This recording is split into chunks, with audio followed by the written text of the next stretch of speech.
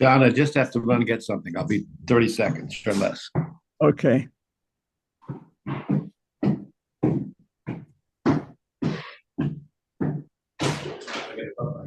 So I'm going to show Lenin again because we're still in the hot news cycle where weeks are where decades happen, and that's where we are. Fast flowing news. A new pope this week. So an appetizer, Ed will recognize this. This is, and as will Michael, this is our local lake, which has otters. And we Wow. learned that otters come up from the local Walnut Creek at night. They walk their way up to our local lake, and then return to the creek some later time. We think this is our best guess after consulting the internet. The other thing I want to point out to the women is you also can follow basketball at the Chase Center. The Golden State Valkyries have started playing. And that's after a little disappointment last night with the men's team. Just to let you know where we're going, there's going to be a couple of follow-ups on previous topics, Elon Musk and Ukraine. So you remember we talked about Elon Musk's manifest destiny to Mars, and we talked about this diagram that you just can't take off to Mars with a rocket whenever you want to. There's a window that opens roughly every 2 years that you have to launch when Mars is ahead of the Earth orbit by 42 degrees. And if you launch at this precise moment, then you'll rendezvous with Mars up here as Mars follows around. So we learned that Musk wanted to launch to Mars during Trump's presidency. And that's not so simple. By the way, it takes 8 months from the launch to go up and meet up with Mars. The last opportunity during Trump's term would be 2028. And maybe you'd have a practice launch 2026. Otherwise, it would be insanely risky. But Musk just admitted that he's going to miss the next 2 windows. And it likely 2031 is his new estimate. And he makes a case urgently because he thinks we have to have insurance against the end of life on Earth. And he mentioned the expanding sun. But if you check up on that, it's 5 billion years that the sun's going to make life uninhabitable on Earth. It reminds me of a wonderful movie where a kid has been studying about the terminal expansion of the universe, and so he's refusing to do his homework because what's the point? So his mom takes him to a psychiatrist, and the kid explains everything's expanding. Someday it'll all break apart. And so his mother says, "Why is that your business? What's the universe got to do with it? You're here in Brooklyn. Brooklyn's not expanding." And the psychiatrist jumps in and says, Well, Alvy, we've got to enjoy ourselves while we're still here. Anyway, Trump reminded me of that little kid.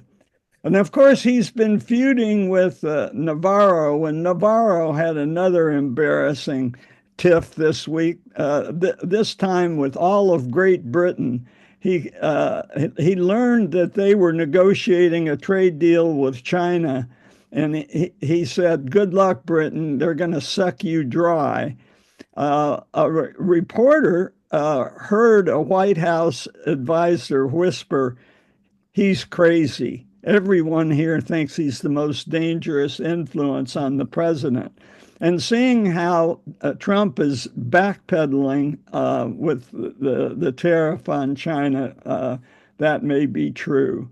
Ukraine, J.D. Vance is backpedaling and finally speaking out equally against Russia as he has against Ukraine, which he famously said he didn't care one way or the other about Ukraine.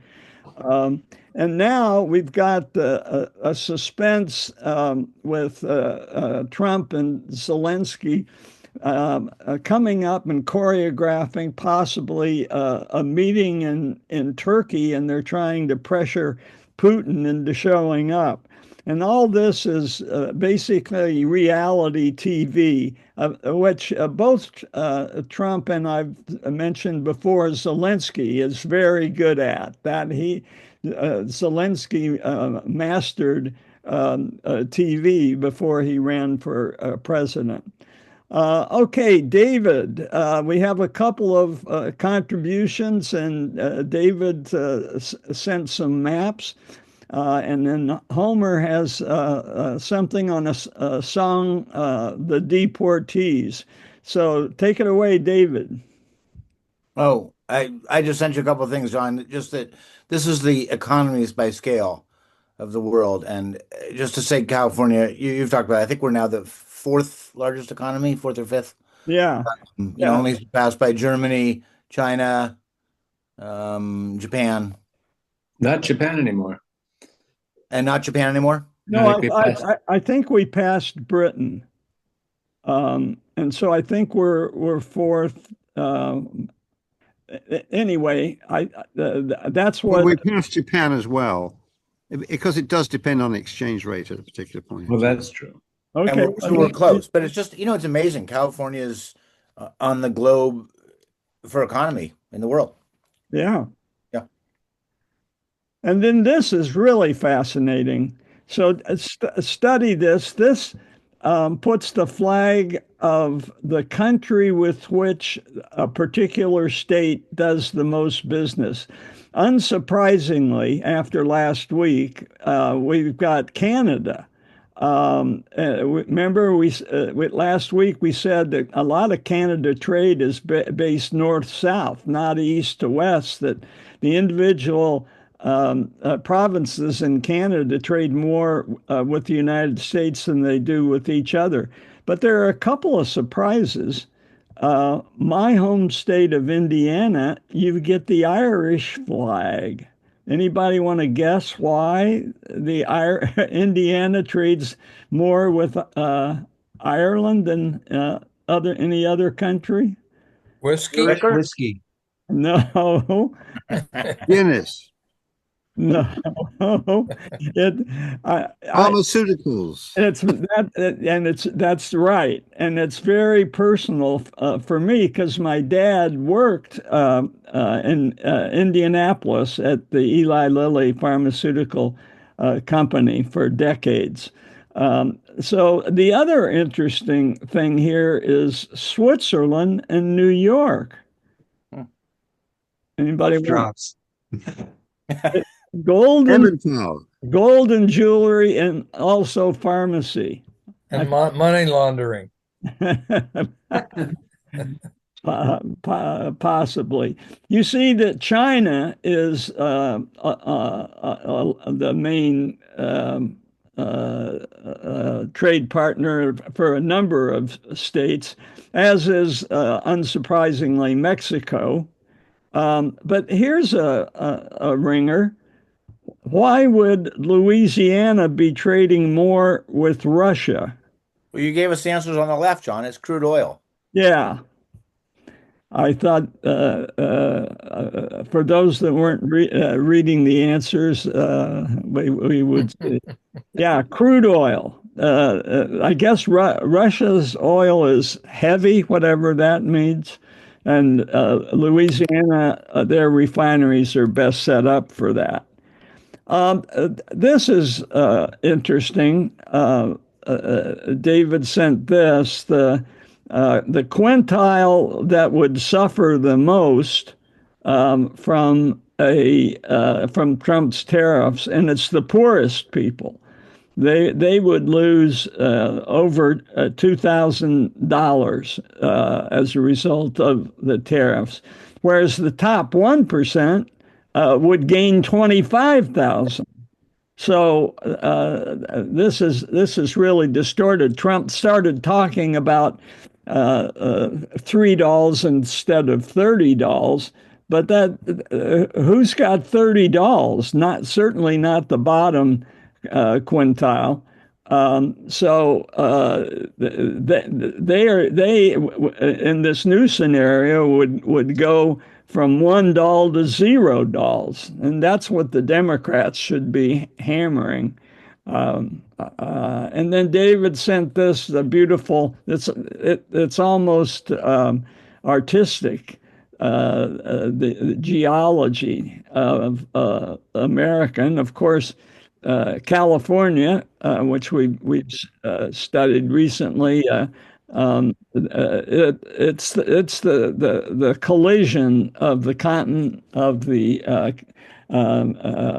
continental continent and the Pacific plate, continental plate and the Pacific plate. All right, and let's see what else. Oh yeah, this is interesting. Did you want to talk about this, David? No, go ahead, John. You're doing great. And so Walmart is a big one, but look at the color coding here. How much is healthcare and how much is education?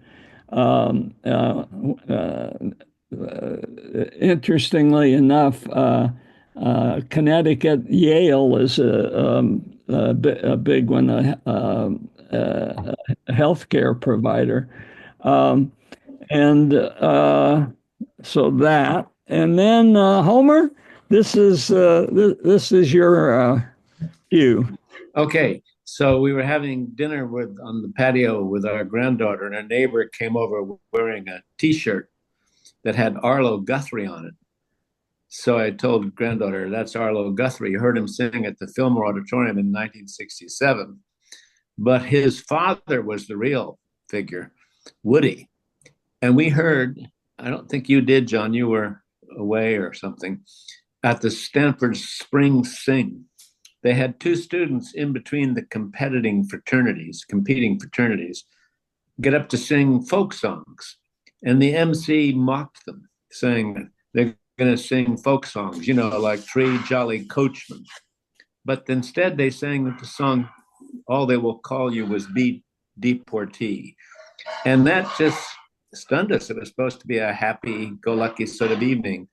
And the song about the song Deportee is the story of 28 Mexican farm workers who were being deported from California and died when the plane crashed over the Los Gatos Canyon west of Fresno in 1948.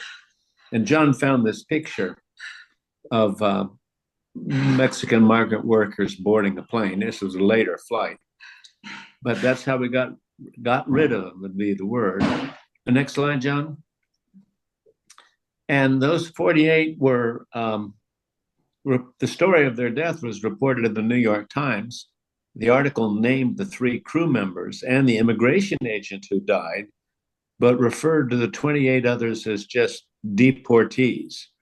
They were buried in a mass grave in a Catholic graveyard near Fresno. And that's what prompted Woody Guthrie to write his song. It wasn't quite as bleak as I had inferred from the song, as John found in this paper, The Register. There's a lot of people attending. These were Mexicans who also in agricultural workers in the valley. They'd lined up the 28 coffins. They decorated them with flowers and were present. And there was the Mexican consul in Fresno came, and an immigration agent came, and the sermon was given in Spanish, as was the interment ceremony. But the reference to them as deportees was written up by Woody Guthrie, and it's a terrific song. The version I like best is Johnny Cash, Willie Nelson's, Chris Christopherson's, and Waylon Jennings, the Highwayman's version. When we heard it, Ginny said, that's the anthem for what's going on now. It should be sung at protests and rallies. There was another version by McCutcheon, and that version, which we didn't like as much, here it is linked to a detailed recounting of his part in locating where that mass grave was. It wasn't identified, but he found it. And then from immigration records, which were there, because most had come legally in the Bracero program for visiting farm workers, migrant farm workers. And so McCutcheon then did another funeral service for them all, but this time their names were pronounced and inscribed. So this whole story, all they will call you will be deportee, is echoes what's going on today with Trump's monstrous deportation policies. And being the Francophile, I thought this was proving again that plus ça change, plus c'est la même chose. Translated as John has done here, the more things change, the more they stay the same. But I think they're even worse this time around, this picking up people without due process and putting them in horrible jails in a country that isn't even their own is pretty awful. So there you are. I do recommend, go back one, John, would you? If you may not be able, there's the YouTube link at the bottom of the text. You just go to YouTube and look up Highwaymen Deportee, and you'll get the song. It's well worth listening to. It's poignant. Yeah, okay, and I'll send it out when I send out the link to the video. Oh, good. Thank you, John. All right. Homer. Yeah. We're supposed to go on a cruise with John McCutcheon, in fact, in 2026. But I'm sort of getting cold feet because a friend of mine's husband had this major unexpected surgery. And it's like, oh, thank God he was home and not in, far off places. That is something we have to worry about nowadays. Yeah, really. Our demographic. Well, Michael Stein, he took us to see John McCutcheon about 3 months ago. And that's where we got the idea of possibly celebrating our 60th anniversary by going with John McCutcheon on a Danube cruise. But we're getting cold feet, as Aiko said. Well, in the Danube, you're not going to be too far from medical care, but yeah, and McCutcheon, you told me he plays 6 instruments. He could be entertaining. Oh, yeah, he's definitely, and he's funny. He's great. Yeah. So, and then speaking of Michael sent a couple of things. Here's an article, one about Trump's pipe dream of reestablishing manufacturing, which nobody seems to want, particularly employees that have to do manufacturing. There are already, I think, 800,000 manufacturing jobs going begging. Yeah, Bob. Oh, I was just wanted to tell you I was amused yesterday by a friend of mine who specialized and lived in Far East for a long time, specialized in China and Japan, and he's English. He referred to what Trump is doing with the United States in the vein of the famous Mao Zedong experiment in China, which was the Great Leap Forward. He's referring to what Trump is doing as the Great Leap Backwards. And then of course what we have in this country is also a version of the Cultural Revolution. And then Michael sent this book recommendation that talks about the rise and fall of civilizations.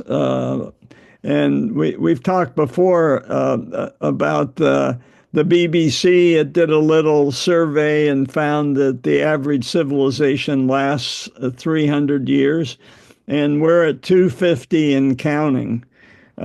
So anyway, there's this book. So thank you, Michael. You're welcome.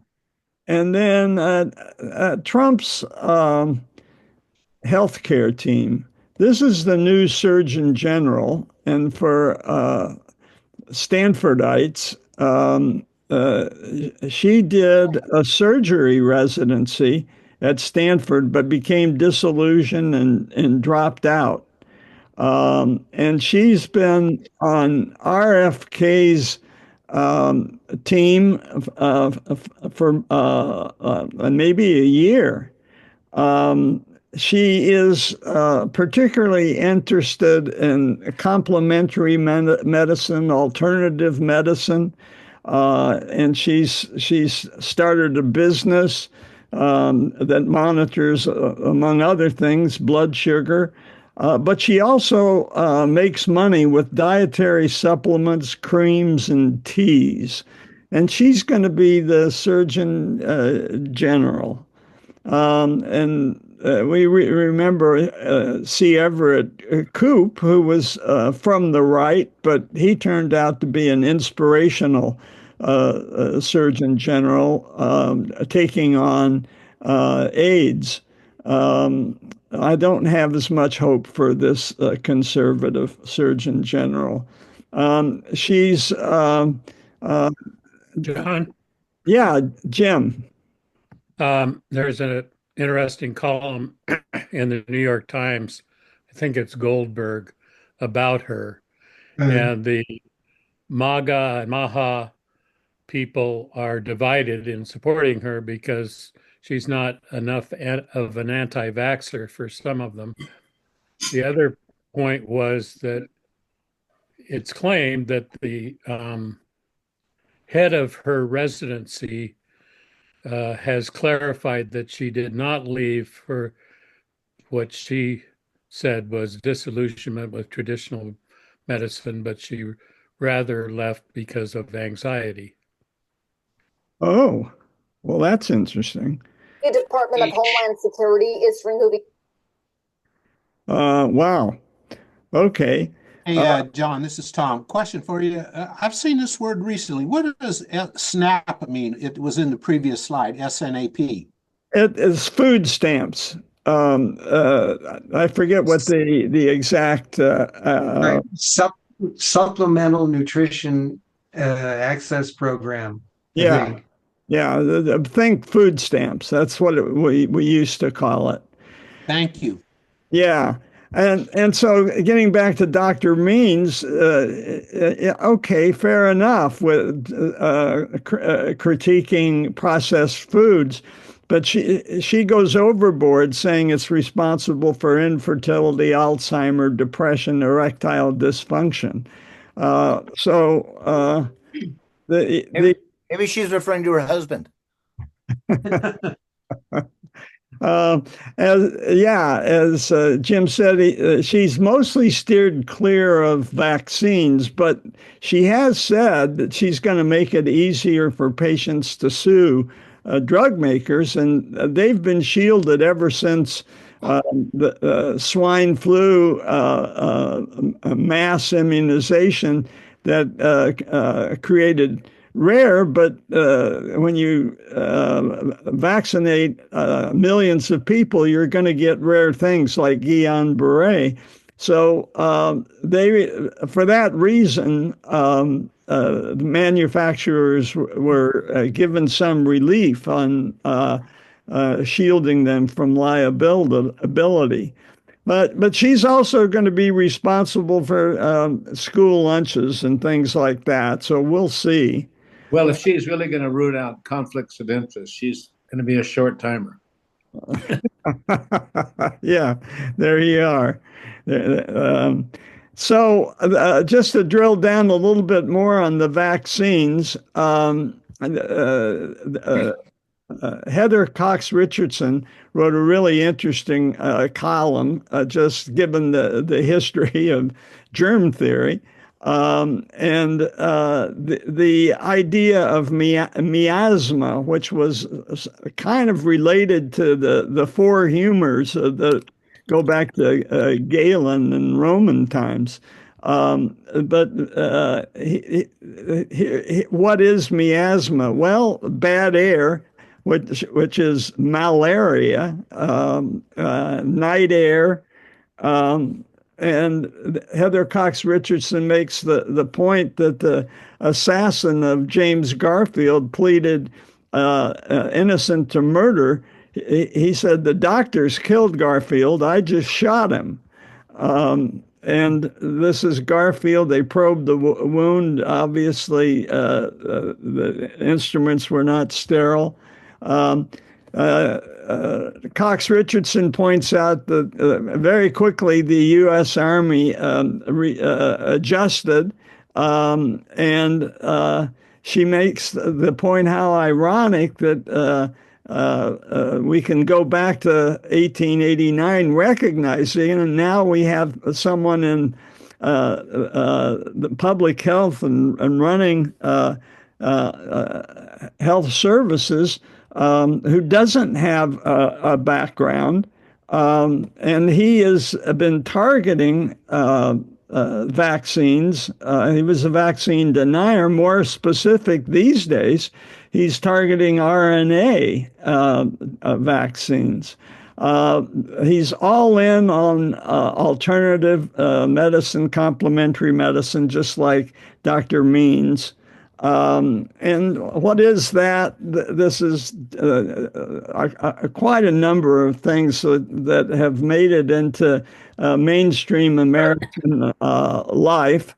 I won't go into any detail. Interestingly, Germany has also been way ahead in complementary and alternative medicine.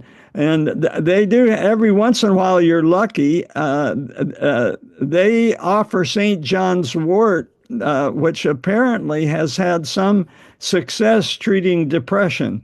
And Chinese medicine is certainly based on thousands of years of, so some of those things are gonna work. I think aspirin comes from initially Chinese medicine. There is another malaria treatment that's based on Chinese medicine. And for sure, the manual therapies like osteopathy, I do believe that touch is an important part of healing. So I'll go along with that. The problem is that most of these modalities have not been subjugated to controlled studies, particularly evidence-based studies. Yeah, Michael. Well, there was an article, I saw it in today's paper, about RFK Jr. swimming in a polluted stream in Washington, D.C., and exposure to E. coli. I don't know. The article just talked about it, whether he and his kids have become ill because of swimming in this polluted stream is another matter. But I mean, it's kind of like, I don't know if he's setting an example or what he's trying to prove. It's I don't know. It's just crazy. It is crazy. I mean, you mentioned Heather Cox Richardson. This morning's column it's about corruption and the $400 million airplane from Qatar. That's well worth reading. Very powerful. I agree. It was very good. So Kennedy's against pasteurization. Where he is really dangerous, though, is when he prescribes or touts things that may delay the actual useful application. So he's talked about vitamin A treatment for measles. And if there's some consumer that's going to be, well, I don't need to get my immunization, I'm going to get extra vitamin A, that's a problem. Particularly in Texas, there have been some kids that have overdosed on vitamin A and had to be treated. We had a case at the hospital from somebody eating a bear liver that apparently had a large amount of vitamin A in it. But to the extent that this discourages actual immunization against measles, it's terrible. The vitamin A story is a partial truth, and that's what you find with uncontrolled recommendations. There's a whole band of countries that suffer from vitamin A deficiency. Basically, they don't have access to plant foods containing them. And also low on dairy and egg, which also has it. So one of the most cost-effective interventions is to treat areas that are historically vitamin A deficient, to treat them with either fortification or simply bolus treatment twice a year of ingestible or injectable vitamin A. So that's the dangerous thing. You get somebody that gets a hold of something that's true and extends it beyond what's reasonable. Osterholm is, I think, one of the best lay sources, the sources for the lay public on explaining infectious disease. He was invaluable during COVID. And he points out science has already looked at the vitamins for treating measles. The other thing, what's the cost? It's not just the 3 deaths that everybody's aware of, but there's also a ton of morbidity, many times more than the 3 deaths. Blindness, deafness, and even intellectual disabilities from measles that causes brain swelling. And so he was caught quoting to the father of a young girl who died, and asked him about MMRs. He said, "You don't know what's in these vaccines." Well, it's as Osterholm said, all this has been studied, and now we have mumps and rubella that are on the rise. To say nothing of whooping cough, number of cases and 10 deaths more than for measles. So the other point. And those of us who've practiced medicine know that older people don't do worse when exposed to viral illnesses in their later years than they would have when they were younger. And there are more of these people that are now susceptible. The metaphor that Osterholm uses is dry wood. Increasing numbers of young people who've never been immunized, and they are dry wood for the propagation of a epidemic like we're seeing in Mexico, and I'm sorry, in Texas. Bird flu, the surveillance has been cut by Musk's efficiency program. And Homer can talk more about reassortment than I can, but the idea that you have the bird flu and it's spilled over into mammals, not just cows, but also other mammals like cats.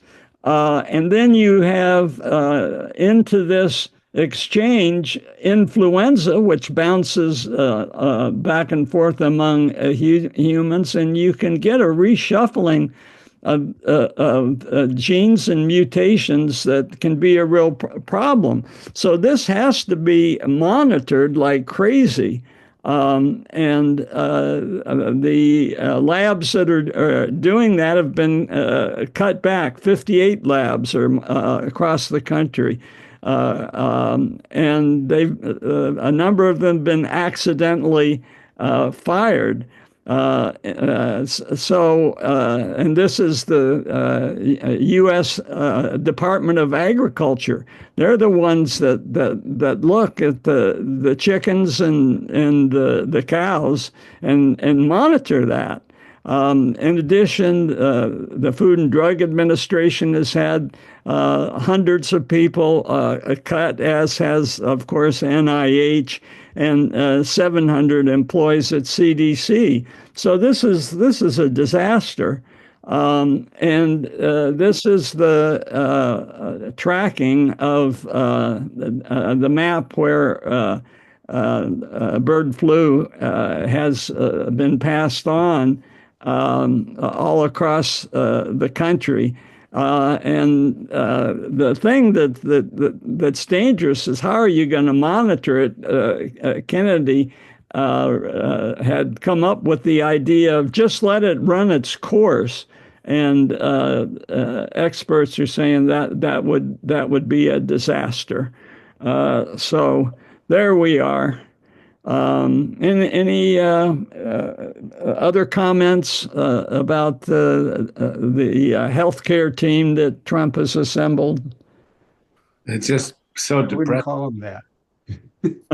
Haven't mentioned tuberculosis and tuberculin cows. Isn't that one of the reasons why we make sure that our milk is clean now? Because there used to be tuberculosis in cows. That's one of them. Yeah, that is one of the That diseases. is very scary. It's bovine TB isn't as severe as our standard human pulmonary tuberculosis, but it is important disease, and it is prevented by pasteurization. Yeah. Okay. So on we go. A new subject, tax the rich. I talked to Michael about this. Because it had been mentioned, and we mentioned it here a couple of weeks ago, but it continues to gain traction with Trump telling Congress to raise taxes on one day. The next day, he backs away from it. But this Treasury Secretary, Scott Bessent, who seems like single-handedly unwound the tariff disaster. He's turning out to be Mr. Fix-It for Trump. He's talked about taxing the rich. What's a rich? He's saying a bracket for those earning more than $5 million, not total wealth, but earning every year $5 million. That should at least be a bracket. And even the Republican senator, who's the head of the finance committee, he's saying, yeah, I think that's going to be part of it. We've got to define what rich is. Is it 5 million or 2 million or even 500,000? We've got to get it right. But then Trump, he'll say one thing one day, and then the next day he'll say Republicans should probably not do it, but I'm okay if they do. A mixed message if there ever was. So what's the top tax now for a couple? It's 750,000, and that's get you into the 37% bracket. Trump has also expressed support for the loophole that allows investment fund managers to pay lower taxes, and also stadium and arena owners, high rollers, in other words, really smart, rich, super rich people who know how to avoid paying taxes. And so what's the Democrat position? They were going to let the Trump's previous tax cuts expire for those that made more than 400,000. So that's where the Democrats would draw the line. All right. So let's go back to the taxes. Remember that this taxing the rich that Trump's come up with, they're talking about taxing them another 2% or 2.5% above the 37%. So this is peanuts. If you remember back to billionaires, the Eisenhower administration, when we had to pay back for World War II, the top rate was 92%. Exactly. Yeah, that's the marginal rate. Let's just be clear. Yeah. Yeah. The last dollar you earn. Yeah. That's right. Right. Okay. So Leo, history's moving fast. We got a new pope, and I thought it'd be worthwhile to spend a little bit of time on it.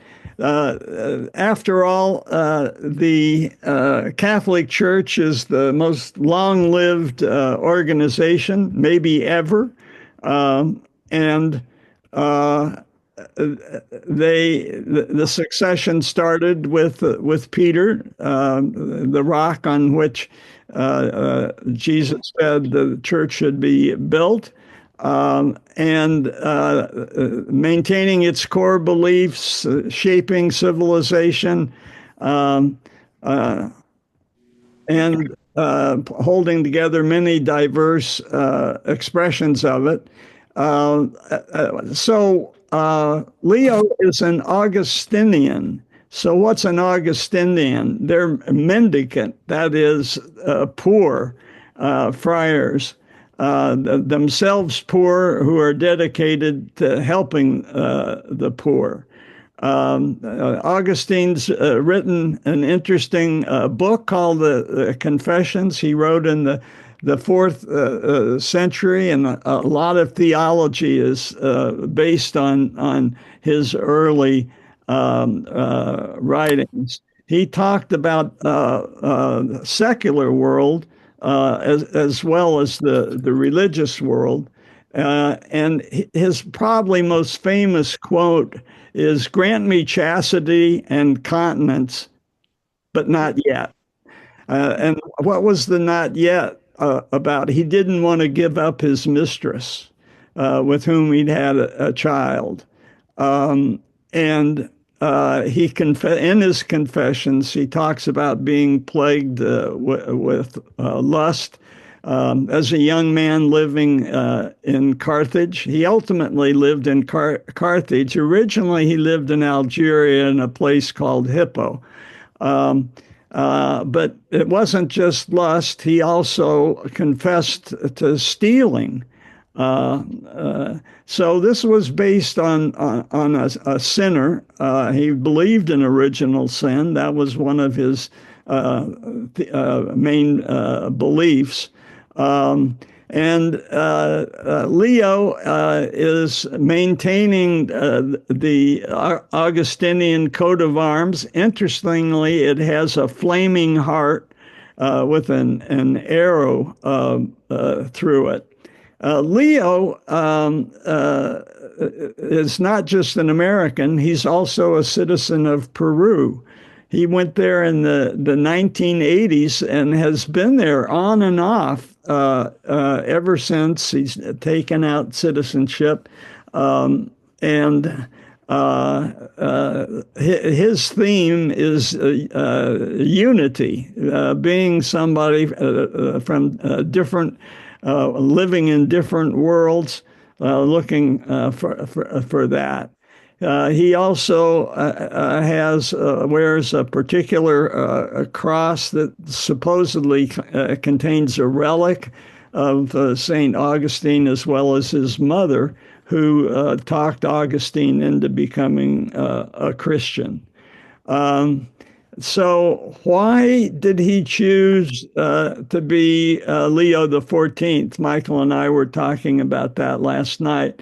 Because he wanted to follow in the path of Leo the 13th, who was a similar age, youngish, Leo the 13th and 14th, as well as John Paul was young. And Leo the 13th was in 1878 faced with similar problems of modernity and adapting to modernity. In 1878, the main threat was Marxism. So he condemned socialism, bolstered marriage and the family, and also private property, just as a hedge against socialism. And of course, Jean Paul, almost 100 years later, reinforced the thinking of Leo the 13th. They both admitted to joint jurisdiction of the church and the state, as Jesus was quoted saying, "Render unto Caesar what is Caesar's." And so this is also known as the Catholic social teaching. This is Leo the 14th meeting Pope John Paul II when he was a young man. Who knew? They revived the study of St. Thomas Aquinas. What's the significance of that? Well, they were dealing with modernity, and Aquinas is seen to be a theologian who recognized the importance of reason and dealing with new things. What are the new things now? I mean, gene editing, drone warfare, virtual worlds, artificial intelligence. So Leo the 14th is dealing with his own basket of new things. Francis was the first Jesuit. Leo the 14th is the first Augustinian. And what do they have in common? This devotion to the poor, the abandoned, the rejected, the desperate. And this is Pope Francis washing the feet. It's a remarkable show of piety. And so Leo the 14th, he's going to be disciplined. People think that he's going to be a bridge. He's, after all, can speak 3 languages. But this was interesting. They talk about he's going to need to be disciplined to clean up the mess that Francis left. I don't know exactly what that was in reference to. But Francis, I guess, was perceived as being somewhat freewheeling, and now Leo the 14th will be more disciplined, I guess. Clerical abuse. My doctor's coffee group recently took a deep dive on this. And the question that was asked is, pedophilia more common among priests than it is in the general population? And we consulted artificial intelligence, and we found out that no, pedophilia, and we're going to be precise in our definition, and that's what we learned. We had to make distinctions that we weren't used to making. But pedophilia, no. In the general population, 1 to 5%, the same in the clerical.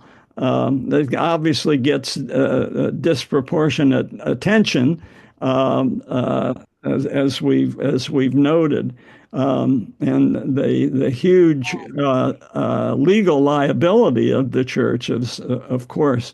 But the precise definition is pedophilia is a prepubescent children. If you're dealing with adolescent, there's this fancy new word, ephobophilia. 3 minutes. Okay, thank you. And which is different. And so this shows, these graphs shows that most of the problem is, in fact, in the adolescent years, not in the prepubescent years. And of course, it's mainly boys, not girls. The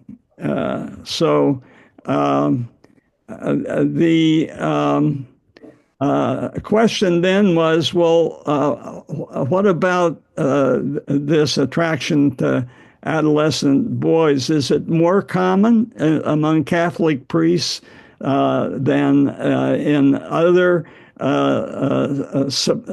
support institutions that deal with young boys? And again, it's comparable, a little bit more among Catholic priests.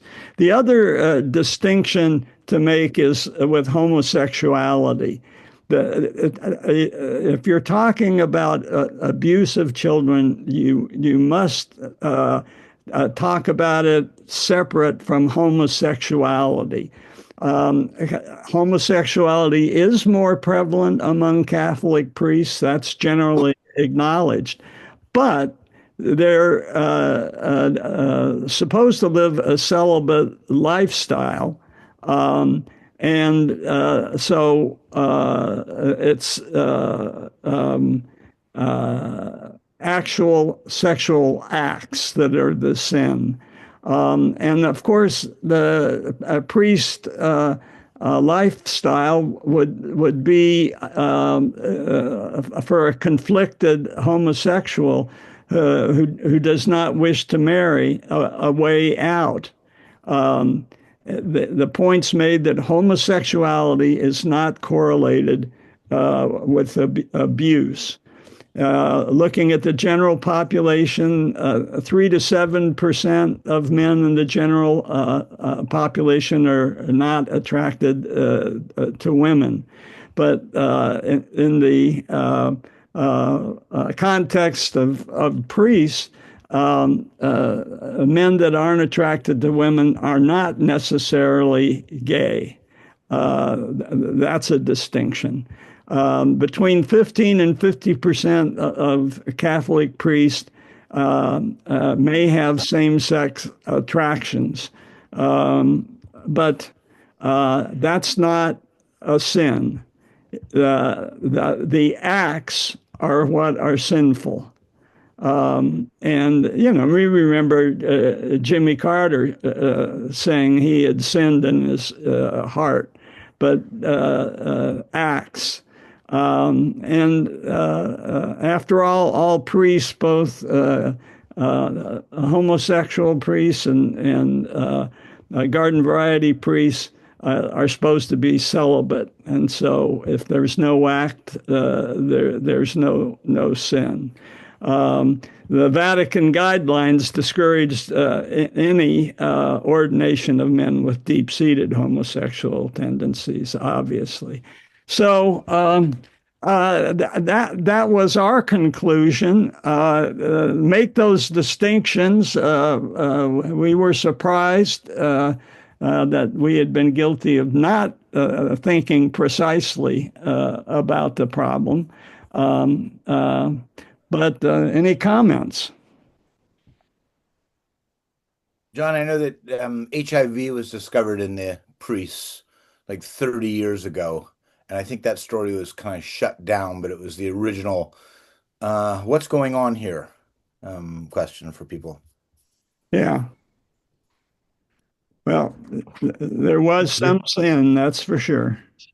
Is there any mention about nuns, the women who go into the Catholic Church? Do they have any similar prohibitions?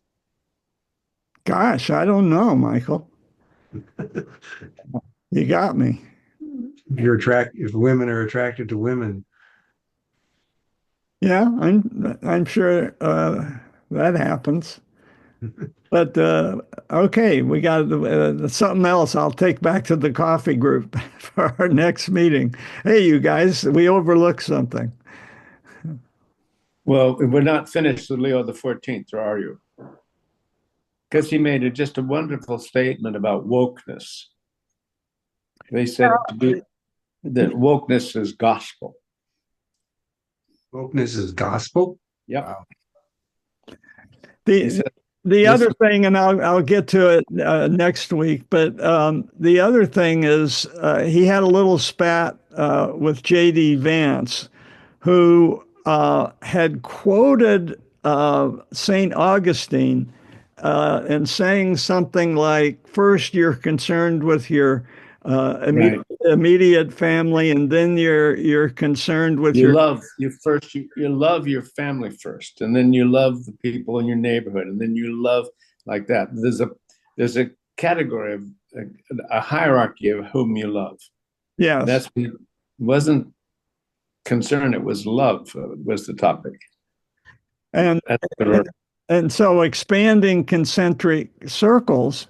And Pope Francis jumped on that and said, no, you love everybody.